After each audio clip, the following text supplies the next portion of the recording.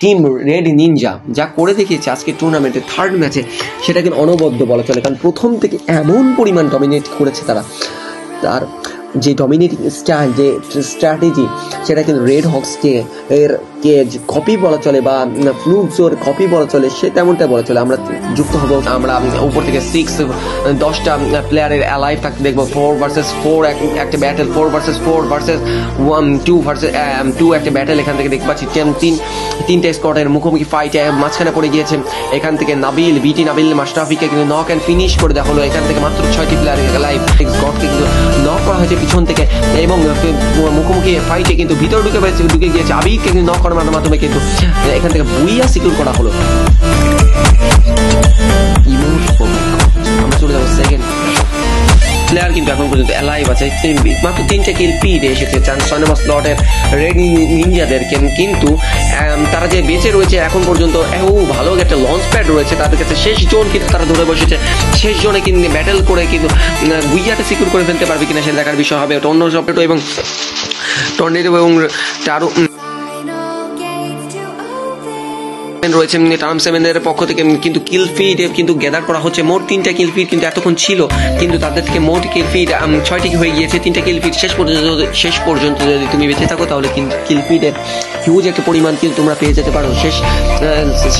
শেষ ফাইটে আমরা কিন্তু দেখতে চলে এসেছি, শেষ লাস্ট জোনের ফাইটে কেরি রয়েছে এখান থেকে ফাইটে এঙ্গেজ করতে পারে। যখন তোকে এখান থেকে স্কাইলার হামলার মাধ্যমে কিন্তু ফিনিশ করা হলে সামনে প্লেয়ার ফিনিশ আসবে না। হ্যাঁ, চলে এসেছে। 4টা প্লেয়ার মিলে কিন্তু ফুল রাশিং মুভমেন্টে রয়েছে। একটা হিউজ গেম প্লে এখান থেকে প্রোভাইড করতে দেখবো। সামনে থেকে ডাবল ভিক্টরি চার্জ করা হচ্ছে, প্লেয়ারগুলো কিন্তু একটা ধসিয়ে ফেলা হয়েছে। ফুল ম্যান পাওয়ারকে কিন্তু ওয়াইপ আউট করে দেওয়া হলো এখান থেকে 6 নম্বর স্লটের পক্ষ থেকে। 6 নম্বর স্লট রেড নিনজা যা করে দেখালো তা কিন্তু হর হামেশাই কিন্তু হয়ে থাকে। আমার একটা পরিচিত বিষয় আমাদের টি থেকে আলিফ গেমার 1 ভার্সেস 4 একটা ব্যাটেল এখান থেকে দেখতে পাচ্ছি।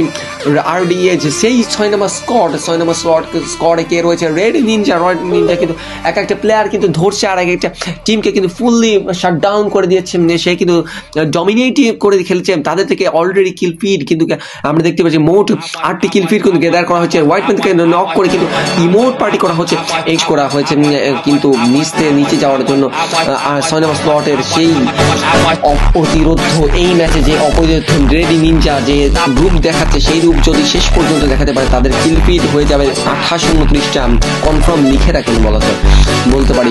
এখান থেকে আমরা ফাইটিং সিনারিও হবে কিনা, হ্যাঁ ফাইটে জড়িয়েছে। আবার সেই রেড নিনজা কিন্তু ফাইটে জড়িয়েছেন। উপর সামনে থেকে প্লেয়ার হান্ট করা হচ্ছে। মোট কিল ফিড এসে দাঁড়িয়েছে, তাদের মোট 9টি কিল ফিড চলে এসেছেন স্পট থেকে। অন্য কোন স্কোয়াড হ্যাঁ রয়েছে এখান থেকে কিন্তু ফাইটিং রয়েছে। রেড নিনজা কিন্তু তাদেরকে স্পট করা এখন পর্যন্ত ফাইটে কন্টিনিউ করে যাচ্ছে। কিল ফিডে যেন হচ্ছে না তাদেরকে বলা চলে। এখান থেকে আরো কিছু টিমকে কিন্তু ওয়াইপ আউট করে দিয়ে সামনের দিকে যাওয়ার চেষ্টা করছে। 8 নম্বর স্লটকে কিন্তু লাইভ এখান থেকে 6 নম্বর স্লট টিম রেড নিনজার আমাদের সাথে রয়েছে। রেড নিনজার সাথে যে টিম যে কম্বিনেশন, তাদের টিমের কম্বিনেশন সেটা কিন্তু অসাধারণ বলা যায়। দূর থেকে কিন্তু থাকতে পারবে অ্যাঙ্গেল ক্রিয়েশনে কিন্তু কিন্তু অ্যাঙ্গেল ক্রিয়েট করার চেষ্টা করছে। একটা যদি লেগে যায়, পিছন থেকে ড্যামেজ করা হয়েছে এবং স্কেলারের হামলার মাধ্যমে ফিনিশ করা হবে কিনা। দূর থেকে ড্যামেজ করা হয়েছে। 2টা ফিনিশ করার মাধ্যমে কিন্তু টিম আমি যেটা বলছিলাম